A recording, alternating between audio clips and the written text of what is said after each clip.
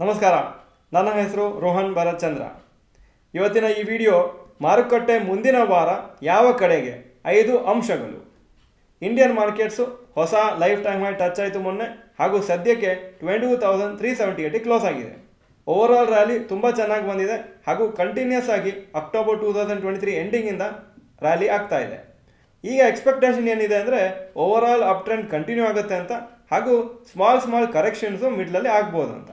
ಈ ವಿಡಿಯೋಲಿ 5 ಫ್ಯಾಕ್ಟರ್ಸ್ ಬಗ್ಗೆ ಮಾತಾಡ್ತಾ ಇದ್ದೀನಿ. ಅದರ ಮೇಲೆ ನಮ್ಮ ನೆಕ್ಸ್ಟ್ ವೀಕದ ಮಾರ್ಕೆಟ್ ಡಿಪೆಂಡ್ ಆಗುತ್ತೆ. ಮೊದಲನೇದು ರೈಸಿಂಗ್ ಆಯಿಲ್ ಪ್ರೈಸಸ್. ಸುಮಾರು ದಿನ ಆದಮೇಲೆ ಆಯಿಲ್ ಪ್ರೈಸಸ್ ರೈಸ್ ಆಗಿದೆ. $80 ಜಾಸ್ತಿ ಹೋಗಿ $83-84 ಪರ್ ಬ್ಯಾರಲ್ ಸದ್ಯಕ್ಕಿದೆ. ಇದು 4 ಮಂತ್ ಹೈಯಲ್ಲಿ ಇದೆ. ಅನಲಿಸ್ಟ್ ಏನು ಎಕ್ಸ್ಪೆಕ್ಟ್ ಮಾಡ್ತದೆ ಅಂದರೆ ಇನ್ನೂ ಸ್ವಲ್ಪ ಆಯಿಲ್ ಪ್ರೈಸಸ್ ಜಾಸ್ತಿ ಆಗ್ಬೋದು ಅಂತ. ಯಾಕಂದರೆ ಟಾಪ್ ಆಯಿಲ್ ಪ್ರೊಡ್ಯೂಸರ್ಸು ಅವರ ಪ್ರೊಡಕ್ಷನನ್ನು ಕಮ್ಮಿ ಮಾಡಬೇಕಂತ ಪ್ಲ್ಯಾನ್ ಮಾಡ್ತಾ ಇದ್ದಾರೆ. ಯೂಶಲಿ ನಿಮಗೆ ಗೊತ್ತಿದ್ದಾಗೆ ಹೈಯರ್ ಆಯಿಲ್ ಪ್ರೈಸಸ್ ಇದ್ದರೆ ಆವಾಗ ಗ್ಲೋಬಲ್ ಸ್ಟಾಕ್ ಮಾರ್ಕೆಟ್ಸ್ಗೆ ಒಂದು ನೆಗೆಟಿವ್ ನ್ಯೂಸ್ ಆಗುತ್ತೆ. Point number 2, FIIs net buyers. Stock ಮಾರ್ಕೆಟ್ಸಲ್ಲಿ ಫೆಬ್ರವರಿ FIIs ನೆಟ್ ಸೆಲ್ಲರ್ಸ್ ಆಗಿದ್ರು. ಆದರೆ GDP ಡೇಟಾ ಮೊನ್ನೆ ಬಂದಮೇಲೆ ಕಂಟಿನ್ಯೂಸ್ ಆಗಿ ಇಂಡಿಯನ್ ಸ್ಟಾಕ್ ಮಾರ್ಕೆಟ್ಸಲ್ಲಿ FIIs ಬೈ ಮಾಡ್ತಾ ಇದ್ದಾರೆ. ಲಾಸ್ಟ್ 1 ವೀಕಲ್ಲೇ ಅಪ್ರಾಕ್ಸಿಮೇಟ್ಲಿ 4,500 ಕೋಟಿ ವರ್ತ್ ಶೇರ್ಸನ್ನು ಪರ್ಚೇಸ್ ಮಾಡಿದ್ದಾರೆ. ಹಾಗೂ ಇನ್ನೂ ಈ ಥರ ಟ್ರೆಂಡ್ ಕಂಟಿನ್ಯೂ ಆಗುತ್ತೆ, ಇನ್ನೂ ಪರ್ಚೇಸಸ್ ಮಾಡ್ತಾರೆ ಅಂತ ಎಲ್ಲರದ್ದು ಎಕ್ಸ್ಪೆಕ್ಟೇಷನ್ ಇದೆ. ಸೊ ಈ ಥರ ಇರುವಾಗ ಅವಾಗ ಮಾರ್ಕೆಟ್ಸ್ ಆಟೋಮ್ಯಾಟಿಕ್ಕಾಗಿ ರ್ಯಾಲಿ ಆಗುತ್ತೆ.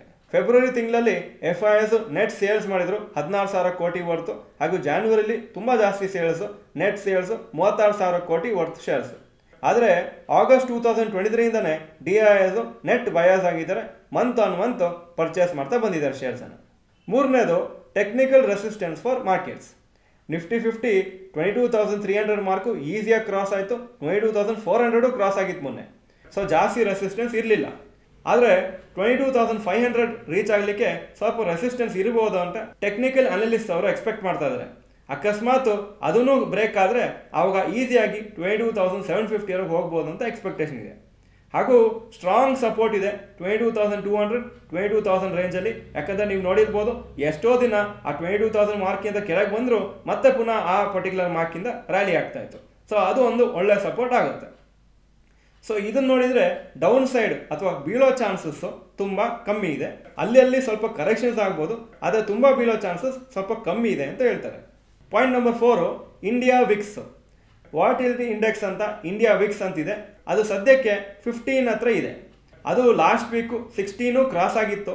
ಹಾಗೂ ಅದಾದಮೇಲೆ ಮಾರ್ಕೆಟ್ಸು ರ್ಯಾಲಿ ಆದಮೇಲೆ ಈ ವಿಕ್ಸು ಕಮ್ಮಿ ಆಯಿತು. ಯೂಶಲಿ ಏನು ಹೇಳ್ತಾರೆ ಅಂದರೆ ವಿಕ್ಸ್ ಜಾಸ್ತಿ ಇದ್ದರೆ ಮಾರ್ಕೆಟ್ ಬೀಳುತ್ತೆ, ವಿಕ್ಸ್ ಕಮ್ಮಿ ಇದ್ದರೆ ಮಾರ್ಕೆಟ್ ರೈಸ್ ಆಗುತ್ತೆ ಅಂತ. ಹಾಗೂ ಈ ವಿಕ್ಸ್ ಇಂಡೆಕ್ಸು 16ಕ್ಕಿಂತ ಜಾಸ್ತಿಗೆ ಹೋಗ್ತಾ ಇದ್ದರೆ ಆವಾಗ ವಾಲಿಟಿಲಿಟಿ ಜಾಸ್ತಿ ಆಗುತ್ತೆ, ಹಾಗೂ higher chances of small corrections ಅಂತ ಹೇಳ್ತೀವಿ. ಎಲೆಕ್ಷನ್ಸ್ ಬರ್ತಾ ಇದ್ದಾಗೆ ಯೂಶಲಿ ವಿಕ್ಸು ಹಿಸ್ಟಾರಿಕಲ್ ಆಗಿ ಜಾಸ್ತಿ ಆಗಿದೆ. Point number 5, global markets at high.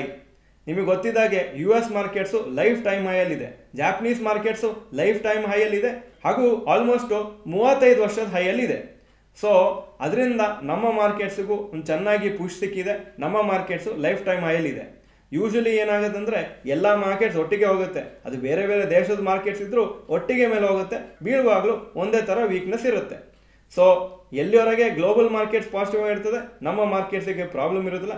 ಅಕಸ್ಮಾತ್ ಗ್ಲೋಬಲ್ ಮಾರ್ಕೆಟ್ ಸ್ವಲ್ಪ ವೀಕ್ನೆಸ್ ಆಯಿತು, ಕರೆಕ್ಷನ್ ಆಯಿತು, ಪ್ರಾಫಿಟ್ ಬುಕ್ಕಿಂಗ್ ಆಯಿತು ಅಂದರೆ ನಮ್ಮ ಮಾರ್ಕೆಟ್ಸಲ್ಲೂ ಆ ಥರ ಆಗೋ ಚಾನ್ಸಸ್ ಜಾಸ್ತಿ ಆಗುತ್ತೆ. ಈ ವಿಡಿಯೋ ಚೆನ್ನಾಗಿದ್ರೆ ಲೈಕ್ ಬಟನ್ ಪ್ರೆಸ್ ಮಾಡಿ, ಹಾಗೂ ಕಮೆಂಟ್ ಸೆಕ್ಷನಲ್ಲಿ ಬರೀರಿ ನಿಮಗೆ ಈ ರ್ಯಾಲಿ ಒಂದು ಲಾಸ್ಟ್ 3-4 ತಿಂಗಳಿಂದ ಮಾರ್ಕೆಟ್ಸ್ ಮೇಲೆ ಹೋಗ್ತಾ ಇದೆ ಅಲ್ವಾ, ನಿಮಗೆ ಈ ರ್ಯಾಲಿ ನೋಡ್ತಾ ಇದ್ದಾಗೆ ಆಶ್ಚರ್ಯ ಆಗ್ತಾ ಇದೆ ಅಂದರೆ ಎಸ್ ಅಂತ ಹಾಕಿ, ಇಲ್ಲ ಆಶ್ಚರ್ಯ ಆಗಿಲ್ಲ ಅಂದರೆ ನೋ ಅಂತ ಕಮೆಂಟ್ ಸೆಕ್ಷನಲ್ಲಿ ಹಾಕಿ. ಈ ವಿಡಿಯೋ ನೋಡೋದಕ್ಕೆ ಧನ್ಯವಾದಗಳು. ನಮಸ್ಕಾರ.